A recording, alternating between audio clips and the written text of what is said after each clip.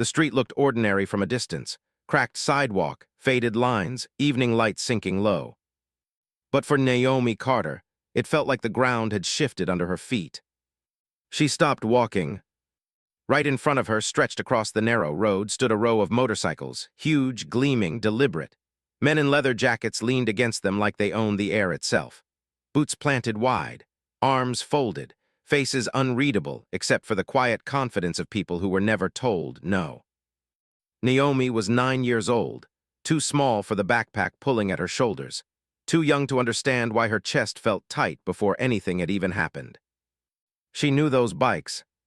Not by name. By sound. She tightened her grip on the straps, knuckles whitening, and forced herself to speak before fear swallowed her voice. "Please don't start your bikes." The words came out soft, fragile, almost embarrassed for existing. A few of the men looked at each other. One of them smiled, not kindly, not amused, but curious, like he'd just discovered a new way to pass time. Someone chuckled. Another shook his head slowly, studying her like she was out-of-place furniture. Naomi's legs trembled, not because she was weak, but because memory had arrived first. The kind that doesn't ask permission. The kind that remembers chaos, sirens, running, and a grown-up who promised to come back the same and never did. Around them, the neighborhood went still. Curtains shifted. Doors stayed shut. Adults looked away like fear had trained them to. One of the bikers stepped closer. Too close. Close enough that Naomi could smell oil and leather and something colder underneath. Her heart pounded so loudly she was sure they could hear it. She didn't cry, she didn't scream. She just stood there, hoping silence could hold. Across the street, an older black man stopped walking. He had a mop bucket in one hand, a janitor's uniform, a face the world had learned to ignore. But his eyes locked onto Naomi and changed. Because he understood something the men didn't. And what they didn't know would change everything. Naomi Carter learned early that the world didn't slow down just because you were small. Every afternoon when the final school bell rang, she packed her bag carefully. Books stacked flat, zippers checked twice, shoes tied tight, not because she was neat, but because routine made things feel safer, predictable, controlled. Her grandmother always said the same thing before leaving for work. "Straight home, don't talk, don't stop." Naomi nodded every time, even though she already knew. She had memorized those words the way some kids memorized songs. Their apartment sat at the edge of a neighborhood people described with lowered voices. Not dangerous, just changing. Which usually meant everyone who lived there understood fear better than opportunity. Naomi walked alone because there was no other choice. Her grandmother cleaned offices downtown until late evening. Babysitters cost money they didn't have. Friends lived blocks away, and blocks mattered. She took the longer route home, always had. That route avoided certain corners, certain shadows, certain sounds. Especially engines. Naomi didn't remember the exact day she started hating motorcycles. Trauma doesn't arrive with dates. It arrives with sensations. Noise, vibration, panic in the chest before the mind catches up. She just knew that when engines roared too close, adults ran. Kids scattered. Someone always shouted too late, and afterward the neighborhood pretended nothing happened. That was how things survived, by pretending. A few streets over stood the old community center. The paint was peeling, the sign crooked, but inside it was warm, quiet, safe. That's where Isaiah Brooks worked. Most people knew him as the janitor, nothing more. He arrived before sunrise and left after dark, swept floors, emptied trash, fixed broken locks no one else noticed. He moved slowly, not from weakness but from habit, measured, intentional. People rarely learned his name. They didn't ask where he came from. They didn't notice the scars on his hands or the way he watched rooms like exits mattered. They didn't question why kids gravitated toward him without understanding why. Isaiah had learned long ago that invisibility could be useful. Naomi knew him differently. He was the man who always nodded when she passed the community center. The one who said, "Afternoon, young lady," like it meant something. The one who stepped aside so she never had to squeeze past strangers. She didn't know his story. She just knew she felt calmer when he was nearby. That afternoon started like any other. School let out late. The sun dipped lower than usual. Naomi adjusted her backpack and started walking, mind already rehearsing the turns ahead. But something felt off. The street was quieter than normal. Too quiet, no music, no distant voices, just stillness stretched thin. Then she saw the bikes. They hadn't been there yesterday. They were parked deliberately, angled like barriers instead of vehicles. Chrome catching the light. Heavy, imposing, a message without words. The Hell's Angels didn't announce themselves. They didn't need to. Everyone knew who they were. Everyone knew what it meant when they stayed too long in one place. Not chaos, control, fear without fingerprints. Naomi had heard adults whisper about them. About how they weren't technically doing anything wrong. About how calling the police only made things worse. About how silence was safer. She slowed her steps, hoping they wouldn't notice her. They did. Adults passed by earlier and were ignored, but a child alone was different. Children showed fear honestly, and fear was entertaining. Naomi stopped walking before she realized she had. Her heart told her to turn back. Her brain told her that going back would mean longer streets, darker corners. She stood frozen between choices that all felt wrong. That's when she spoke. "Please don't start your bikes." She didn't say it because she believed they'd listen. She said it because her body remembered what engines meant. Across the street, Isaiah was locking up the community center. He hadn't planned on leaving yet. Something kept him there. A weight in his chest he'd learned not to ignore. Then he saw her. Too small, too still, surrounded by men who believed the street belonged to them. Isaiah set the mop bucket down. He didn't rush. Panic escalated things. He'd learned that the hard way. He watched first. He saw how Naomi's shoulders curled inward like she was trying to take up less space. He saw the way the bikers leaned casually, comfortable in dominance. He recognized the pattern instantly. This wasn't random. It was a test. The neighborhood was holding its breath, watching from behind glass, measuring risk, calculating loss. Isaiah stepped off the curb. Not as a hero, not as a savior. As a man who understood that some moments decided who you were allowed to be afterward.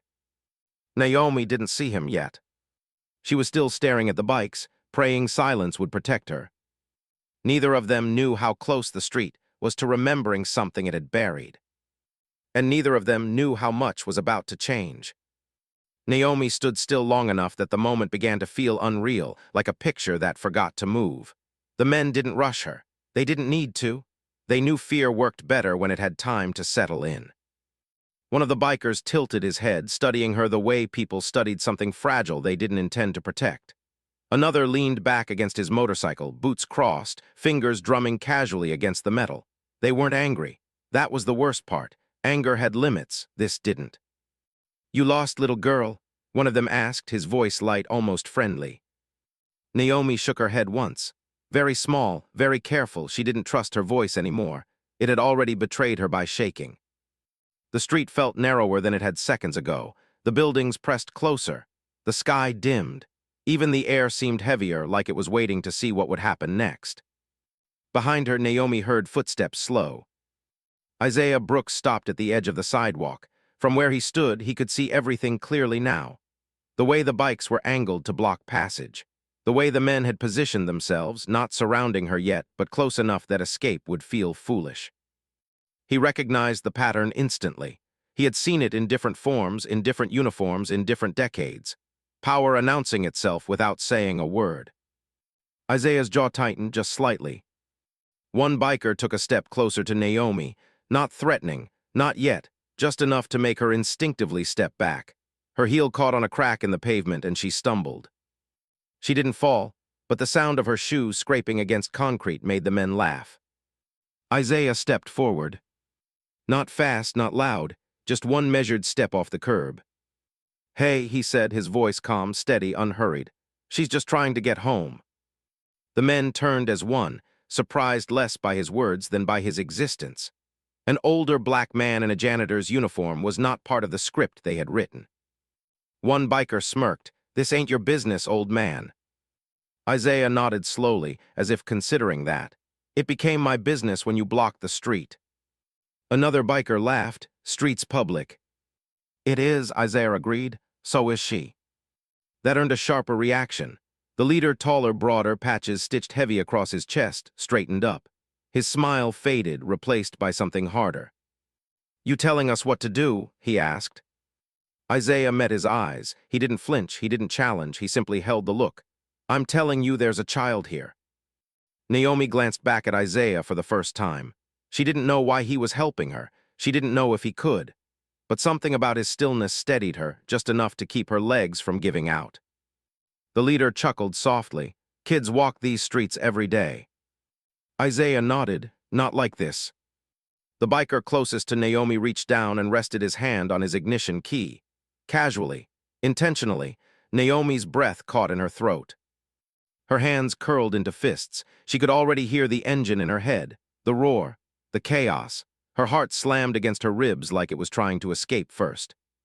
"Please," she whispered again, barely audible. "Don't." The word hung in the air, fragile as glass. Isaiah shifted his stance just slightly, placing himself more fully between Naomi and the bikes.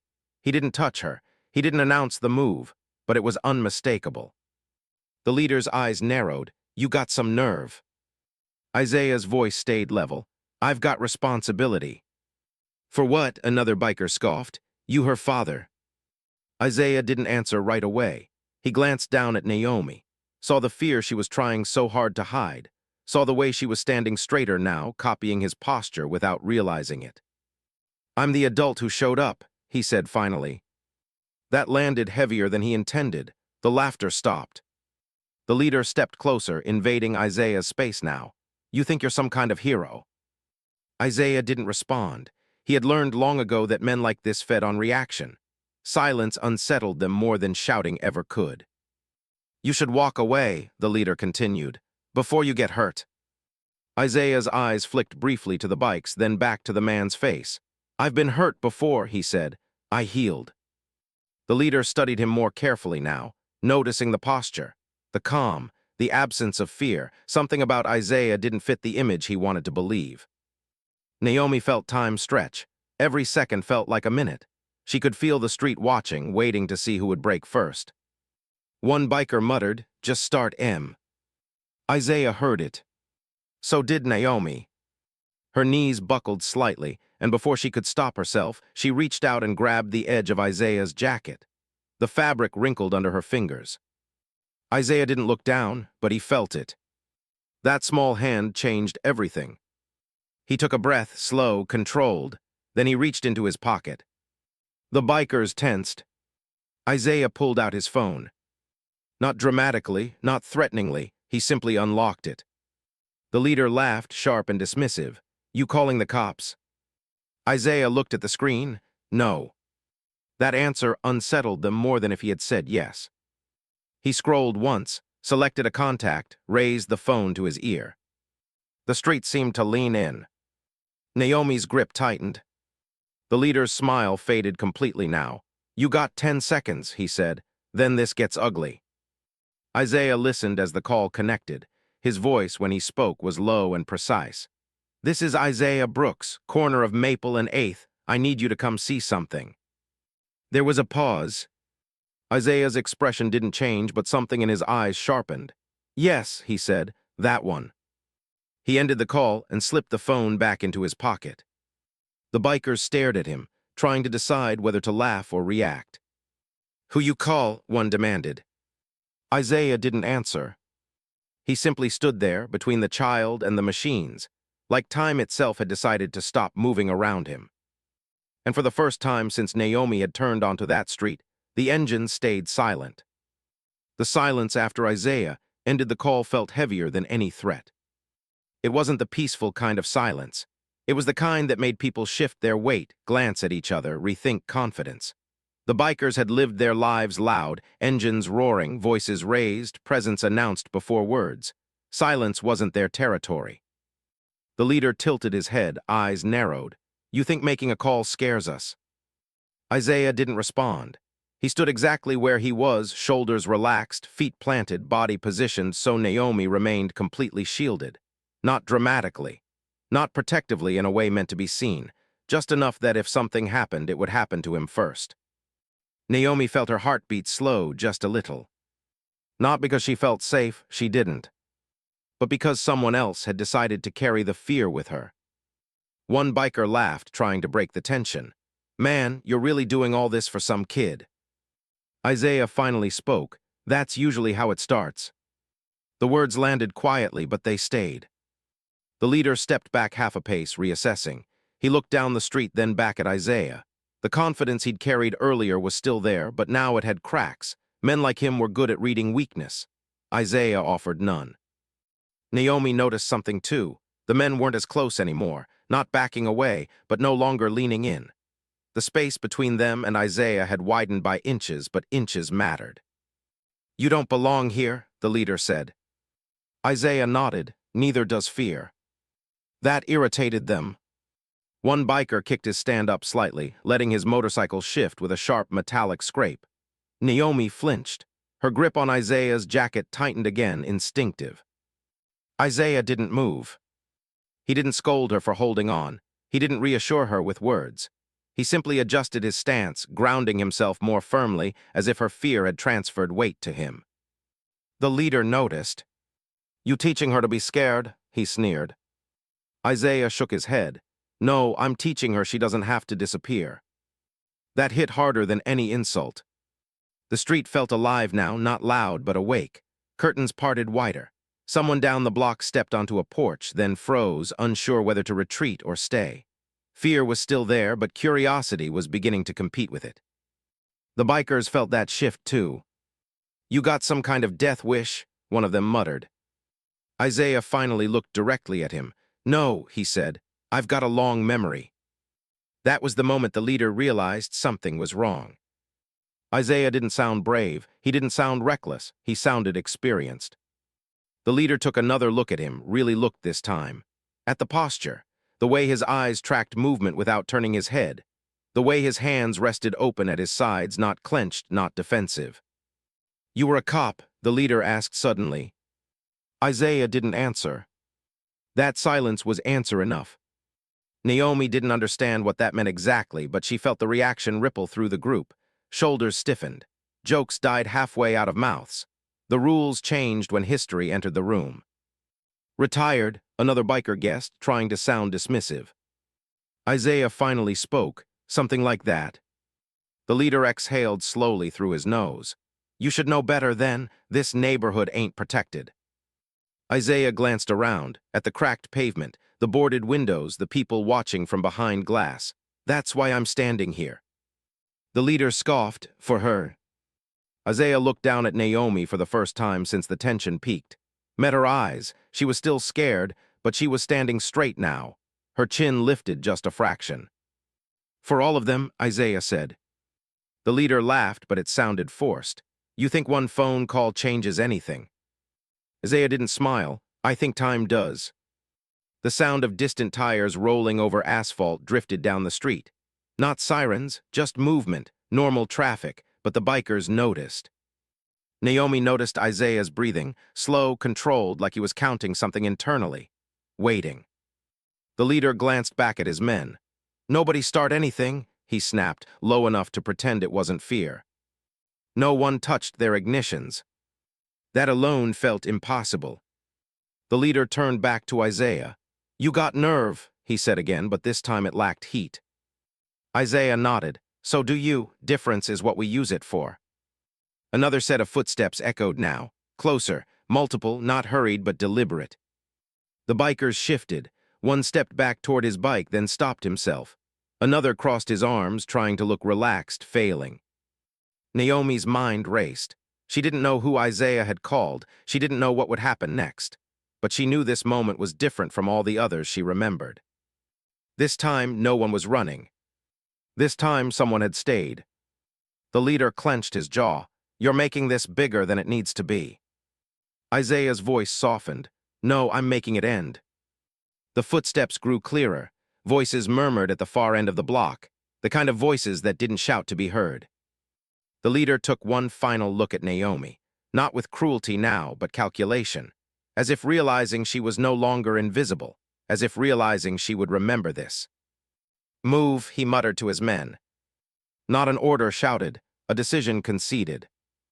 The bikers shifted their bikes just enough to open a narrow path. Not wide, not welcoming, but open. Isaiah waited. He didn't step forward immediately. He let the choice settle, let it be real. Then gently, he nodded to Naomi. She hesitated for half a second. Then she took one step forward. The bike stayed silent. The men watched her pass, powerless in a way they had never experienced, not stopped by force, but by presence. Naomi walked slowly, each step deliberate, until she reached the other side of the line. Only then did Isaiah turn to follow. He didn't look back. And behind them, for the first time that evening, the street exhaled. Naomi kept walking until the corner swallowed the bikers from view. Only then did her shoulders drop, just a little, like her body had been holding something upright that it could finally set down.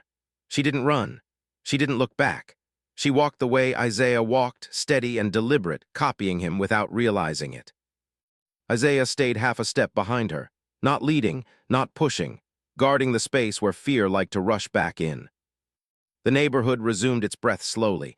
Doors cracked open. A woman stepped onto a stoop and pretended to check her phone while watching Naomi disappear down the block. A man across the street nodded once at Isaiah, quick and grateful, then retreated again. Courage here never stayed long. It showed itself briefly, then hid to survive. Naomi reached the next intersection before she spoke. Her voice was small, but it didn't shake. "Are they coming back?" Isaiah considered the question honestly. "Not today." She nodded, accepting that. Children like Naomi learned early that adults who promised certainty usually lied. Isaiah didn't. They crossed together. The light changed. Traffic moved again.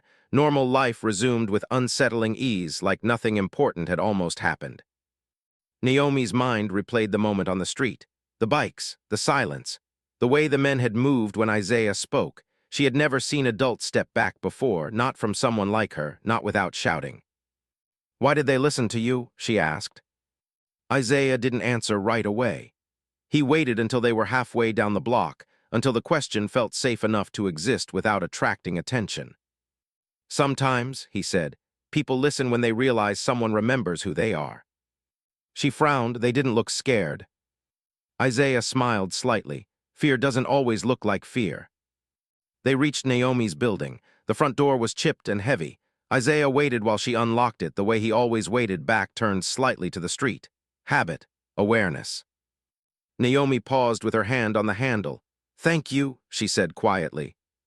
Isaiah nodded. "You did good." Her eyebrows pulled together. "I didn't do anything." He met her eyes. "You stayed." That seemed to surprise her more than anything else. Naomi slipped inside, locking the door behind her. Isaiah stood there a moment longer, scanning the street, listening to the rhythm of the block return to normal. Only when he was sure did he turn back toward the community center. Word traveled faster than bikes ever could. By the time Isaiah reached the corner, 2 patrol cars were parked quietly near the curb. Not flashing, not announcing. Officers stood with hands resting comfortably, not on belts. Conversation, not confrontation. Isaiah didn't approach. He didn't need to. One of the officers caught his eye and nodded once.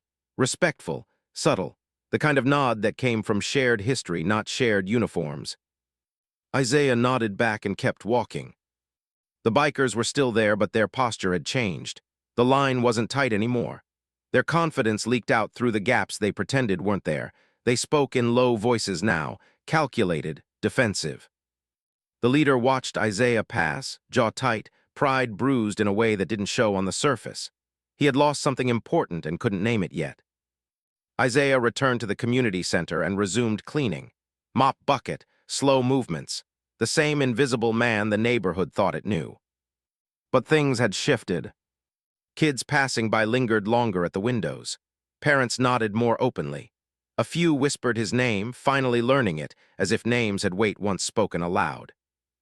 Isaiah noticed none of it, or rather he noticed and chose not to engage. Attention complicated things. He had learned that long ago. That evening, Naomi sat at the small kitchen table while her grandmother cooked. She didn't mention the bikers at first. She didn't know how. Some things felt too big to place into sentences. But later, while dishes soaked and the television murmured, Naomi asked, "Why do people act like they don't see things?" Her grandmother stopped scrubbing. Because seeing means choosing, she said after a moment, and choices can be dangerous. Naomi thought of Isaiah standing still, of the men who moved because of it. I think not choosing is dangerous too, she said. Her grandmother studied her, surprised, then nodded slowly. The next day, Naomi walked past the community center again. Isaiah was outside, replacing a loose board. She hesitated, then approached. They didn't come back, she said. Isaiah smiled. Good. Will they? She asked. Eventually, he answered. People like that test memory. She frowned. Whose memory? Everyone's, he said, including theirs. The bikers returned 3 days later, not as a group, one bike at a time, passing through, testing the water, watching faces. Isaiah watched too. The neighborhood didn't retreat like before. Windows stayed open. Conversations continued. Fear hadn't vanished, but it no longer owned the street uncontested. Naomi felt it walking home. The difference? The way her steps sounded louder now, like they were allowed to exist. The leader watched from across the street as she passed. Their eyes met briefly. Naomi didn't look away. That unsettled him more than any badge ever could. Because fear had changed direction. And everyone could feel it. The next time Naomi heard a motorcycle engine, it didn't come with panic. It came with awareness. She was walking home from school when the sound rolled down the street behind her, deep and deliberate. Her body reacted before her thoughts did, shoulders tightening, steps slowing. But she didn't freeze. She kept walking, counting her breaths the way Isaiah had shown her without ever teaching it directly. The bike passed her without stopping. That small moment stayed with her longer than she expected. Fear had spoken, she had listened, and then she had chosen differently. At the community center, Isaiah noticed the change in rhythm before anyone else did. People lingered again. Parents sat on the front steps instead of rushing inside. Children played closer to the street, their laughter cautious but present. The neighborhood was testing a version of itself it hadn't trusted in a long time. Power doesn't like to be tested quietly. The bikers began circling again, more carefully now. No blocking streets, no obvious intimidation, just presence. A reminder, they parked near stores, leaned against walls, watched who looked back and who didn't. The leader made it a point to be seen. He never spoke to Isaiah directly, but he always positioned himself where Isaiah would notice him. Dominance seeking acknowledgement. Isaiah refused to give it. He swept floors, fixed hinges, spoke to kids by name. He treated the street like it already belonged to the people who lived on it. That refusal was louder than confrontation. Naomi noticed something else too. Adults were starting to talk to her differently, asking how school was, walking a little closer when bikes were nearby. She wasn't invisible anymore. That scared her almost as much as it comforted her. One afternoon, as Naomi waited outside the community center for her grandmother, the leader approached. He didn't smile. "You the kid from the other day," he said, more statement than question. Naomi felt the old fear rise. She felt it clearly this time, like a wave she could see coming. She didn't run. "Yes," she said. He studied her. "You know you caused trouble." Naomi thought of Isaiah's words, of staying, of choosing. "I didn't do anything," she said. "I was just walking home." The leader snorted. "That's usually how it starts." Isaiah stepped into view then, carrying a box of supplies. He stopped when he saw them, not alarmed, alert. The leader glanced at him. "Relax, I'm talking." Isaiah set the box down carefully. "Then choose your words." The leader's jaw tightened. "You think you won." Isaiah shook his head. "This isn't a contest." The leader laughed without humor. "Everything's a contest." Isaiah met his gaze. "Only if you're afraid of losing." That landed harder than expected. The leader's eyes flicked briefly to Naomi, then away. "You're teaching her the wrong lessons," he muttered. Isaiah responded calmly. "No, I'm teaching her she matters." The leader scoffed, but something in his posture faltered. He hadn't expected resistance without aggression. He turned away, retreating without ceremony. Naomi exhaled slowly. Later that evening, she asked Isaiah, "Were you scared?" Isaiah considered the question. "Yes." She blinked, "But you didn't look like it." He smiled gently. "Fear doesn't get to decide what I do." That night, Naomi dreamed of the street, of standing tall while engines stayed silent, of adults watching and not looking away. The bikers escalated in smaller ways. A store window cracked, a trash can overturned, warnings without signatures. The neighborhood felt the pressure tighten again. But this time, people talked. They compared notes, shared what they saw. A mother walked another child home. A shopkeeper refused service instead of staying quiet. Small acts but connected. Isaiah watched it all with careful restraint. He made calls when needed, asked questions, let others speak first. He knew when to be visible and when to disappear. The leader noticed the shift too. He confronted Isaiah one final time, late one evening, when the street was mostly empty. "You don't belong here," he said flatly. Isaiah met his stare. "I've belonged here longer than you." "You think law still protects you?" the leader asked. Isaiah shook his head. "I think truth does." The leader stared at him, searching for fear, leverage, weakness. He found none. "You're not untouchable," he warned. Isaiah nodded. "Neither are you." That was the moment the leader understood. This wasn't about bikes or streets or territory. It was about memory. The neighborhood remembered who had stood still. The child remembered she had a voice. And Isaiah remembered exactly how systems fell apart when people stopped cooperating with fear.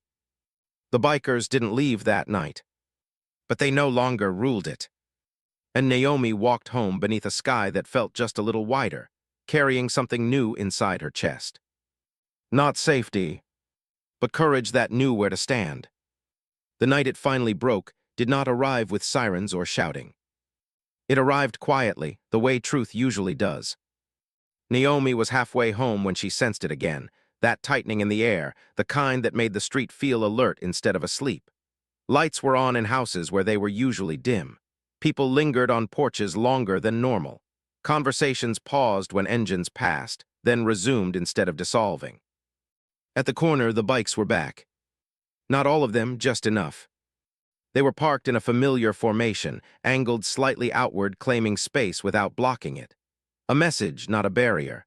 The leader stood near the front, arms crossed, watching the street like he was waiting for someone to challenge him. Naomi stopped. Her heart beat faster, but it didn't race out of control. She felt fear clearly now, the way one felt cold air before winter settled in. She knew it was real. She also knew it didn't own her anymore.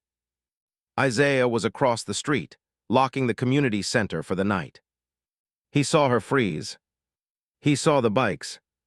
And he understood immediately, this wasn't random. This was a final test. Isaiah didn't hurry. He didn't slow down either.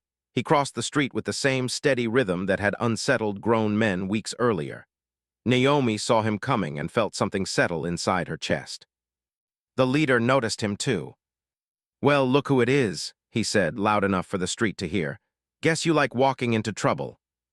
Isaiah stopped a few steps away. Not too close, not too far. "I like ending it." The men around them shifted. This time they weren't joking. Their movements were tighter, controlled. The confidence they wore felt practiced now, not natural. "You've been busy," the leader said, "stirring people up." Isaiah glanced around, at the open doors, the watching faces, the children sitting on stoops instead of hiding inside. "I didn't stir anything," he said. "I reminded them." The leader scoffed. "You think this neighborhood belongs to you?" Isaiah shook his head. "No, that's the difference." One of the bikers laughed nervously. "Man, you're still playing janitor like that's fooling anybody." Isaiah didn't react. He turned his head slightly and spoke without raising his voice. "Naomi, come stand next to me." The street went still. Naomi hesitated for half a second. Every instinct she'd ever learned told her to shrink, to stay invisible. But she stepped forward. She stood beside Isaiah. Not behind him. That choice changed the temperature of the night. The leader's eyes flicked between them. "You using a kid as a shield now?" Isaiah's voice hardened, not angry but final. "No, I'm standing with her." The leader's jaw clenched. He took a step forward, then stopped himself. Something in Isaiah's posture warned him away. This wasn't fearlessness. This was certainty. "You really think you can stop us?" the leader asked. "You and a child." Isaiah met his gaze. "No," he said calmly. "I think you already stopped yourselves." Before the leader could respond, Headlights turned onto the block. Not police cars at first. Black sedans. Unmarked.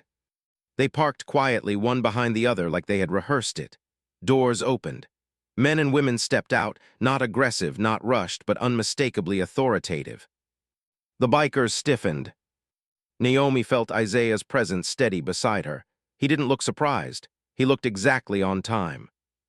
One of the newcomers approached Isaiah first, not the bikers. "Evening, Mr. Brooks," he said respectfully. The title landed like thunder. The leader's face drained of color. "Mr. What?" Isaiah nodded once. "Evening." The man turned toward the bikers. "We need to have a conversation." The leader laughed too quickly. "About what?" The man pulled out a folder, not thick, not dramatic, precise. "About ongoing intimidation, about territory enforcement, about activities you've been warned about before." The bikers murmured. Someone took a step back. Another looked toward his bike, then thought better of it. "You don't have anything on us," the leader snapped. The man looked at Isaiah. Isaiah nodded once. "That's where you're wrong," the man replied. Naomi didn't understand the words, but she understood the shift. The power in the street had tilted. The engines were still silent, but now they felt irrelevant. Another official approached Naomi, knelt slightly so they were eye level. "Are you okay?" Naomi swallowed, then nodded. "Yes." The leader exploded. "This is ridiculous. You're really doing all this over a kid." Isaiah answered before anyone else could. "No," he said. "We're doing this because you forgot what lines you crossed." The leader stared at him, fury mixing with disbelief. "Who are you really?" Isaiah looked at the street, at the people watching, at Naomi standing taller than she ever had before. "I'm someone who remembers how this ends," he said. The officials began speaking names, charges, conditions, warnings that carried weight this time. The bikers listened, powerless to interrupt. No one raised a voice. No engine started. That was the loudest part. When it was over, the bikers were instructed to leave the block. Not forever, but enough to break the spell, enough to remind them they were not untouchable. The leader mounted his bike last. Before starting it, he looked at Naomi one final time. Not with cruelty, not even with anger. With something closer to defeat. Then the engine started. And for the first time, Naomi didn't flinch. The bikes rolled away, their sound fading into distance, stripped of its power. The street didn't cheer. It didn't need to. Isaiah turned to Naomi. "You did good," he said again. She shook her head, smiling slightly. "We did." And for the first time in a long time, the street belonged to the people standing on it. The street felt different the next morning. Not loud, not decorated with triumphal gestures, just quieter, calmer, settled. Naomi walked the cracked sidewalk with her backpack snug on her shoulders, feeling the air in a way she had never allowed herself before. No fear pressed on her chest. No phantom engines roared behind her, just her steps and the soft hum of a waking neighborhood. Isaiah was already at the community center, sweeping floors and straightening chairs. The mop bucket stood in its usual corner, tools arranged neatly, nothing out of place. Naomi paused at the entrance, watching him work. The routine looked the same, but she knew the man inside had shifted. The stillness wasn't just for him anymore. It carried the weight of victory, of justice done without spectacle. "Good morning, Naomi," Isaiah said, not looking up. "Good morning," she replied softly. She stepped inside, hesitating just a moment before speaking again. "Did it really work? I mean everything." Isaiah finally looked at her, a small, knowing smile tugging at the corner of his lips. "It worked because you stood your ground, not because anyone made a call or brought paperwork or threatened engines. You reminded the street, and the people in it, that fear doesn't get to decide who lives openly. Courage does." Naomi swallowed, thinking about the bikes, the leather jackets, the weight of presence that had seemed impossible to challenge. "I was scared," she admitted. "That's natural," Isaiah said. "Scared is a signal. Courage is what you do while scared." She nodded slowly. For the first time, she believed it. Outside, the neighborhood began to hum in a subtle way. The bakery owner opened his shutters wider. Kids ran to school with their friends, laughter spilling into corners of the street that had been abandoned. Doors stayed open longer. Conversations resumed in voices that were quieter, yet more confident, like they no longer needed to hide. Naomi watched it all unfold through the windows of the community center. For weeks, the street had been a stage for intimidation, a place where adults and children alike had learned to walk with their heads down. Now she could see that it could be different. It didn't happen because the bikers left entirely. It happened because someone, Zaya, yes, but also her, had chosen to stand. Her grandmother arrived a little later, bags heavy with groceries. She paused in the doorway, eyes scanning Naomi and Isaiah. "You look different," she said. Naomi smiled. "I feel different," she said. Her grandmother's lips pressed together in a thoughtful line. "Some lessons are hard," she said, "and some courage doesn't make noise. I see you learned both today." Naomi wanted to tell her everything: the street, the silence, Isaiah, the bikers, the way the engines hadn't roared. But words failed her. The emotions were too layered, too immediate. So she simply nodded and set her bags down. For the rest of the week, life continued. Naomi went to school, completed homework, and carried on. But the shadow of fear that had followed her through streets and alleys began to lift. She noticed the little things: children walking home with friends instead of alone, adults exchanging glances that weren't hurried or wary, the sense of community creeping back like a slow tide. Isaiah returned to his routine as well. Mop in hand, floor sweeps precise, chairs aligned. Yet there was a subtle change in the way people interacted with him. Not overtly, not loudly. Just acknowledgement, respect, recognition. People remembered his name now, whispered it quietly when he passed, nodded at him with genuine appreciation. One afternoon, Naomi came by the community center, backpack heavier than usual, and found Isaiah fixing a broken lock on the main door. "You really didn't have to be that calm," she said. Isaiah glanced at her and shrugged. "Calm isn't about me, it's about the people who are paying attention. Fear works when you react to it, presence works when you don't." Naomi looked at him, processing. "Presence," she repeated. "Yes," Isaiah said. "Even when no one notices, it matters, especially when no one notices." The week passed and the bikers' presence faded from the street. Not completely, not yet, but their dominance had lost its invisible claim. They could drive past, engine roaring, leather creaking, but the air didn't change. Naomi could walk past them without shrinking. Others could, too. She realized that it wasn't the physical absence of threat that mattered. It was the refusal to be intimidated. Every adult, every child who walked with eyes open, who recognized fear without letting it dictate movement, was reclaiming space. One evening, Naomi and Isaiah stood outside the center together. The sun dipped low, painting the sky gold and pink. The neighborhood hummed softly around them, the kind of quiet that is full of life rather than absence. "You think the bikers understand yet?" Naomi asked. Isaiah watched the street. "They might," he said. "Or maybe they never will, but the point is they don't own it anymore, we do." Naomi smiled. She felt the weight she had carried for weeks, the tension, the fear, the small moments of panic begin to dissolve, not vanish, but transform into something stronger. Awareness, courage, responsibility. That night, Naomi returned home and helped her grandmother with dinner. The radio played softly. Lights glimmered on the streets outside. And for the first time in a long while, the neighborhood felt like a place where people could exist without constantly negotiating safety. Isaiah returned to his modest apartment later that night. He thought about the week, the small victories, the people he had shielded without fanfare. He knew the bikers would eventually return in some form. They always did. But the fear that had controlled the streets for years was broken. And he had reminded everyone, the child, the adults, the street itself, that silence, courage, and dignity could hold more weight than leather and chrome. Naomi drifted to sleep that night with a quiet sense of power. Not the loud kind, not the kind that demanded attention. A kind that came from knowing she had stood tall when the world expected her to shrink. She remembered Isaiah's words, repeating them in her mind. "Fear is a signal. Courage is what you do while scared." The next morning, she walked to school with her head high. Every step carried intention. She noticed the neighbors watching her pass, smiling quietly, acknowledging her presence without words. She passed by the bakery where the owner had once shut the shutters quickly. Now they were wide open.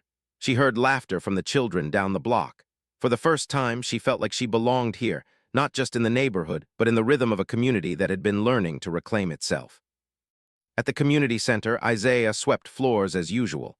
Naomi peeked in, smiling. He looked up, nodded slightly, then returned to his work. No words were necessary. They had both learned the same truth: presence could be enough, courage could be enough, and some lessons were powerful precisely because they didn't shout. Weeks later, the street had healed in small, subtle ways. Windows stayed open longer. Children played closer to the sidewalk. Adults walked without glancing over their shoulders constantly. Naomi knew that change was not complete, it never was. But she understood that the power of standing, of refusing to cower, had begun to tip the scales. The bikers might return one day. Engines might roar again. But now, the street belonged to those who refused to surrender to fear. Naomi sat at her window that evening, reflecting. The night was quiet but alive. She could still feel the presence of the men from weeks ago, their leather and chrome fading into memory. But she also felt Isaiah's steady guidance, his calm certainty, the lessons etched into her consciousness. She realized the truth. Courage was not the absence of fear. Courage was showing up anyway, standing anyway, breathing anyway, living anyway. Her grandmother placed a hand on her shoulder. "Something's changed in you," she said softly. Naomi smiled. "I think something's changed in all of us," she replied. Isaiah returned to his nightly sweep, glancing up briefly at Naomi's window. For a moment, he allowed himself to notice the difference. The street didn't tremble at the sound of engines anymore. People didn't shrink from its presence. Courage and dignity had quietly reclaimed it, and the balance of power had shifted, not through violence, but through presence, calm, and moral authority. That night, as Naomi lay in bed, she understood something else too. She could carry fear, yes, but she could also carry responsibility, awareness, strength, and the knowledge that standing, even when no one else stood with you, could be enough to tip the scales. The street had been silent.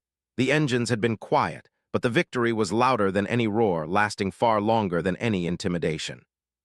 It was her neighborhood now, not in ownership but in belonging.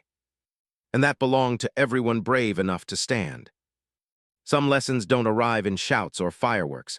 They arrive quietly, like footsteps in the dark that refuse to stop. Naomi's story is one of those lessons. Fear had always been a constant companion on her streets, a roar in the distance, a shadow on the sidewalk, a weight pressing down on her chest. But fear, as she learned, is not a ruler. It is a signal, and courage is the choice to act despite it. The real power in her story wasn't the confrontation itself. It wasn't the engines that threatened to break the air or the intimidating presence of men in leather jackets. The real power came from standing, from refusing to shrink, from walking through fear with awareness, dignity, and moral clarity. One child, one adult, one act of presence had shifted the balance in a neighborhood that had long been ruled by silence and intimidation. Isaiah Brooks reminded everyone that courage isn't always loud. It doesn't always come with fists or shouting. It comes in being steady when the world expects you to fall apart, in choosing to protect what matters, and in showing up even when the odds are against you. That presence teaches more than intimidation ever could. Naomi's voice, her stance, and her decision to remain visible became louder than the roar of any motorcycle, stronger than the shadow of any threat.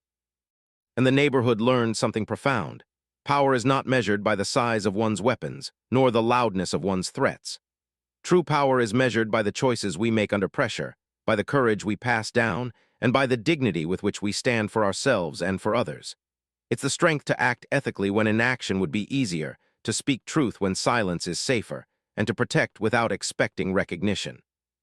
Naomi's story teaches that no matter how small you are, no matter how young, no matter how unseen you feel, your courage can tip the scales. One act of moral bravery can shift fear into hope, intimidation into respect, and silence into voice. If this story touched you, remember, standing tall isn't always about strength, it's about presence. And presence, when paired with courage and clarity, can silence even the loudest engines. Share this story with someone who needs to know that fear can be faced, and that bravery often comes from the quietest hearts. Courage doesn't roar, sometimes it simply stands, and sometimes that is enough to change everything.